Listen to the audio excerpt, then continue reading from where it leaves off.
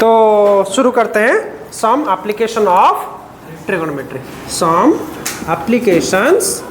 Application of trigonometry. Yes और no? अच्छा मुझे बात बताओ, यहाँ पे आपको दो टर्म मिलेगा। एक है एंगल ऑफ एलिवेशन। हम एलिवेटर एलिवेट मतलब क्या होता है? ऊपर जाना। Angle of depression. देखो मान लो आप यहाँ हो, ये ग्राउंड है, आप ये ग्राउंड है, यहाँ पर कोई एक बर्ड है या फिर हाँ यहाँ पर कोई एक बर्ड है, यहाँ पर एक बर्ड है। तो आप उसको, मैं अगर सीधा खड़ा रहूंगा तो ये सीधा मेरा ये जो लाइन यहाँ से अगर इमेजिनरी लाइन एक ग्राउंड के साथ पैरेलल ड्रॉ करे तो उस लाइन से जितना ऊपर मैं देखूंगा, देखो पहले ऐसा था, हाँ या ना? अगर ये लाइन को ये करूँ, उसको ऊपर देखने के लिए कुछ अपना सर ऊपर करना पड़ेगा। तो जितना वो ऊपर करके इस पॉइंट को देखेगा, that is the angle of elevation. Angle of elevation, angle of, do you understand what is angle of elevation? अब चलते हैं एंगल ऑफ डिप्रेशन। मान लो ये ग्राउंड है, यहां पे एक कार है, ठीक है? मैं पहले एलिवेशन क्या है, डिप्रेशन क्या है, जस्ट एक ओवरऑल आइडिया देता हूं, फिर हम लोग एलिवेशन के ऊपर कुछ क्वेश्चन करेंगे, उसके बाद डिप्रेशन के ऊपर भी कुछ क्वेश्चन करेंगे, ठीक है? मान लो ये आपका हाउस है, आपका घर है, एंड आप यहाँ पे छत के ऊपर बैठ के इससे देख रहे हो। किससे देख रहे हो? Where are you? आप कहां पर हो? यहां पर। आप ऐसे नीचे देख रहे हो, ठीक है ना? तो आपके जो हेड है वहां से एक इमेजिनरी लाइन ड्रॉ किया जाएगा with respect to the ground, और वहां से जितना आपका हेड नीचे जा रहा है, that is the angle of depression. Angle of depression. Do you understand what is the difference between angle of elevation? आप कोई भी चीज को अगर अपना हॉरिजॉन्टल लाइन से ऊपर देख रहे हो तो आपका होगा, सपोज मैं फैन को देख रहा हूं, मतलब यहाँ पे तुम कैलकुलेट करोगे एंगल ऑफ। नीचे एक आंट है, मैं उस आंट को ऐसे नीचे देख रहा हूँ, या फिर सपोज ये मार्कर या फिर डस्टर नीचे गिर गया और मैं डस्टर को नीचे देख रहा हूँ, दैट इज मीन्स मैं अपना हॉरिजॉन्टल लाइन से नीचे की तरफ देखने के लिए कुछ एंगल अपना हेड को नीचे करूंगा, that is the angle of depression. Do you understand the basic difference of angle of elevation? Elevation एक एरोप्लेन जा रहा है, ऊपर देखूंगा, एंगल ऑफ एलिवेशन, ठीक है? आप ऐसे खड़े हो, एक छोटा सा बेबी नीचे खेल रहा है, आप ऐसे देख रहे हो, मतलब angle of depression. Do you understand different case? What is angle of elevation and what is angle of depression? Ready? चलो चलते हम लोग जाते हैं एग्जाम्पल 1। नया बुक है आपका? मुझे तो ये भी नया बुक है सर, ऐसे वो यूज़ करके ना, ठीक है। चलो एग्जाम्पल 1 क्या है आपका? मैं इसको इरेज करता हूं डायरेक्ट। देखो इस चैप्टर में सबसे इंपॉर्टेंट है, मैं कुछ टर्म्स बोलूंगा, उस टर्म को आप याद रखना, सारा काम हो जाएगा। मैं बोलूंगा, जब चैप्टर आगे पढ़ाऊंगा आपको बोलूंगा। तो अब चीज़ है डायग्राम बनाना। डायग्राम बनाना बहुत इंपॉर्टेंट है और बहुत इजी भी है। क्या बोला? डायग्राम बनाना बहुत इंपॉर्टेंट है, बहुत इजी है। डायग्राम बन गया तो प्रॉब्लम सॉल्व। एंड आपको सारा वैल्यूज याद है, या मैं थोड़ा रिवाइज कर दो। Sine theta is equal to P by H, cos theta रिसो tan theta P by B. इतने में ही काम चल जाएगा, साइन कॉस टैन में ही इस चैप्टर में काम बन जाएगा, ठीक है? उसके साथ साथ आपको टेबल याद है?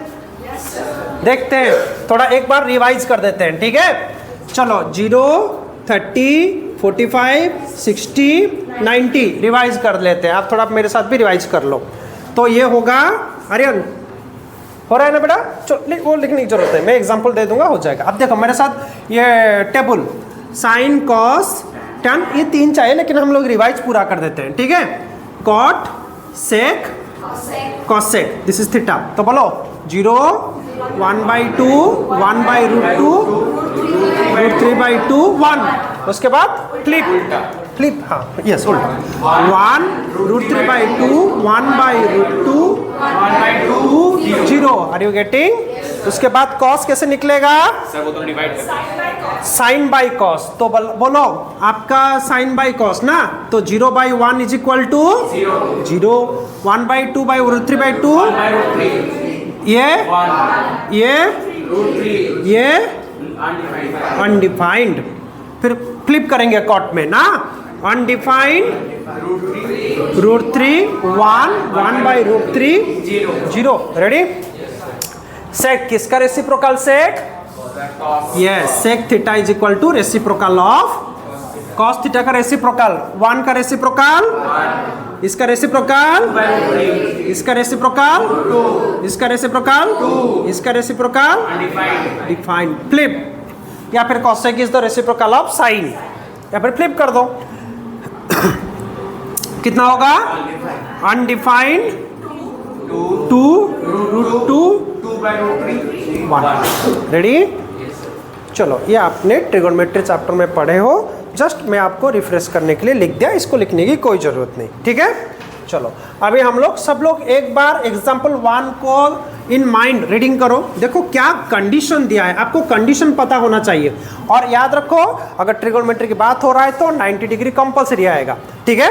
चलो, ए tower stands vertically on A ground. अच्छे से देखो, कुछ मत लिखो, अच्छे से देखो।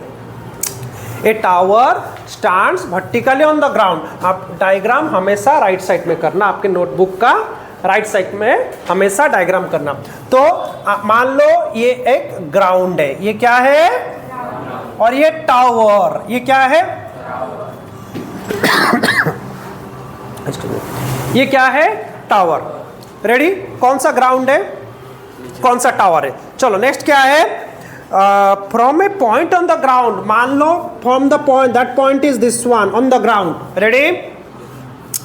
विच is 15 metre away from the foot of the tower. ये फुट ऑफ द टावर है, ये टावर है, ये फुट ऑफ द, उससे कितना दूरी में है? 15 मीटर। Do you understand? आपको पहले क्वेश्चन देख के डायग्राम बनाना है और कुछ नहीं। डायग्राम बन गया, प्रॉब्लम सॉल्व। ठीक है? The angle of elevation, angle of elevation मतलब वो बंदा यहाँ पे है या फिर यहाँ पे? नीचे, ऊपर की तरफ देखेगा ना। Angle of elevation of the top of the tower, जो टावर का टॉप, ये टॉप ऑफ द टावर ना, top of the tower is found to be 60 degree. मतलब यहां से ये जो देख रहा है एंगल कितना क्रिएट कर रहा है? 60 डिग्री। तो find the height of the tower. Which one is the height of the tower? This one. मुझे लगता है अगर ये थीटा है, थीटा का सामने को क्या बोलते हैं? इसे क्या बोलते हैं? ये सुन लो, तो इसको ABC के नेम कर दो। ठीक है? तो मुझे बोलो ऐसा फॉर्मूला जिसमें P है और B है। tan cot, tan cot, हम साइन को चलेगा, नो इशू। सो बताओ, tan 60 is equal to P by B। P मतलब BC by AB। Is there any doubt?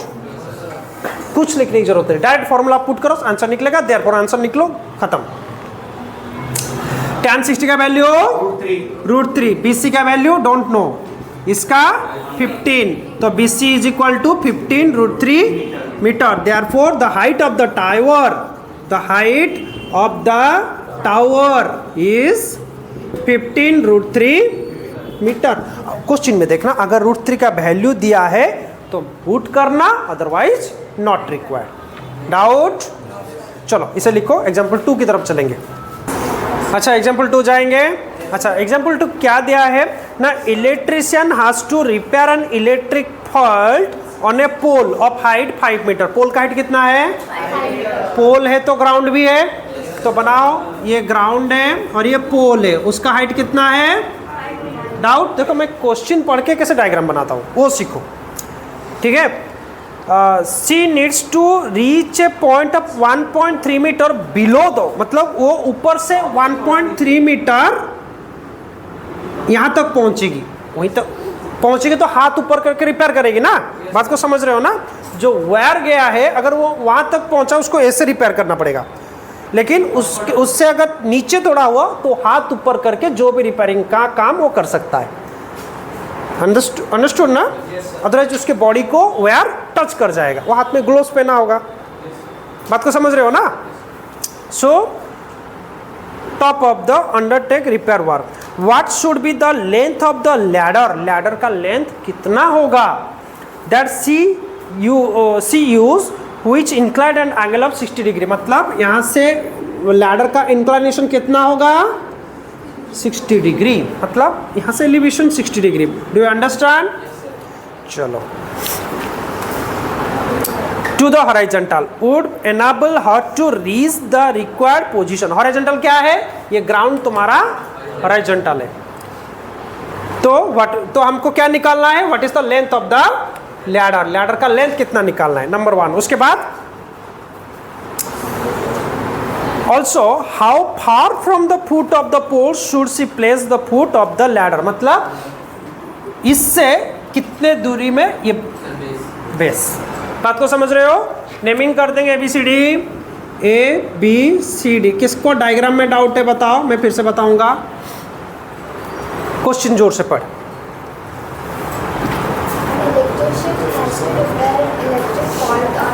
Pole on a pole of height 5 metre. Ready? Pole है तो ground भी है. चलो नेक्स्ट.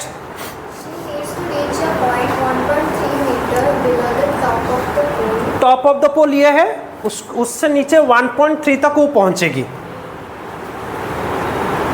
तो यहाँ अगर वहां तक पहुंचेगी अपने हाथ ऐसे ऊपर करके जो भी फॉल्ट है उसको रिपेयर कर देगी. बात को समझ. 1.3 मीटर उतना है ना, तो अपना हाथ वो ऐसे करके रिपेयर कर देगी. Do understand? चलो ये पार्ट में डाउट है नहीं, तो नेक्स्ट पढ़ो. यस. हाँ देखो 60 डिग्री फ्रॉम द हॉरिजॉन्टल, वो एग्जैक्टली उस पॉइंट में रीच करेगी. अब समझ में आया? वो length of the ladder first question पूछ रहा है. Second how far from the bottom of the pole that ladder should be placed, means what is the difference distance between A and B. Do you understand? Doubt है सुमित? चलो करेंगे, शुरू करेंगे. Doubt है और किसी को? बताओ फिर से. चलो तो अगर ये टोटल लेंथ 5 है और ये 1.3 है तो BC कितना होगा? 5 minus 1.3 is equal to 3.7 metre. Is there any doubt? अच्छा BC मिल गया 3.7 मीटर.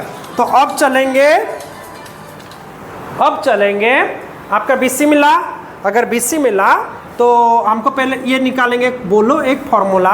ये हमारा अगर थीटा है ये परपेंडिकुलर होगा, ये बेस होगा, ये हाइपोटेन्यूज होगा. यस और नो? इसे रही जाइए.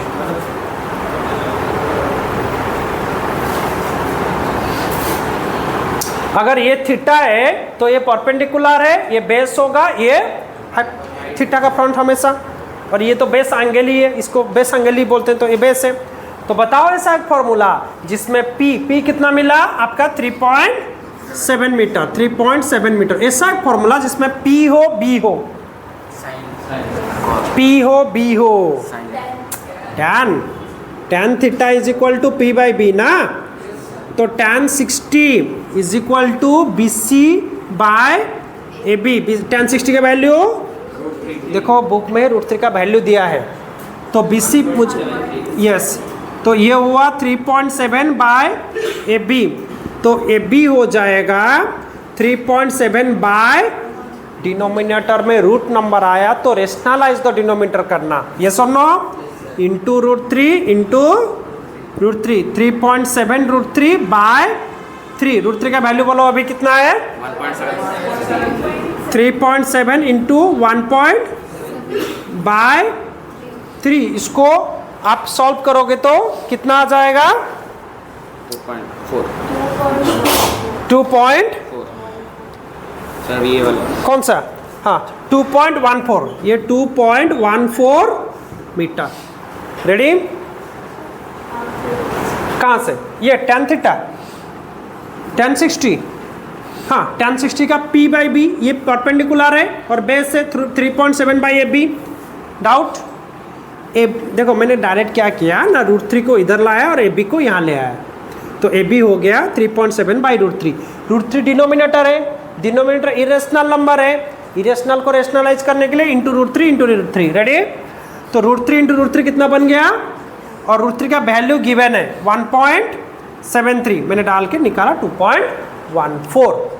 अभी फिर से ऐसा एक फॉर्मूला बोलो जिसमें P है और H है, क्या डालोगे? साइन। तो क्या होगा ना, sign 60 is equal to P/H। P/H मतलब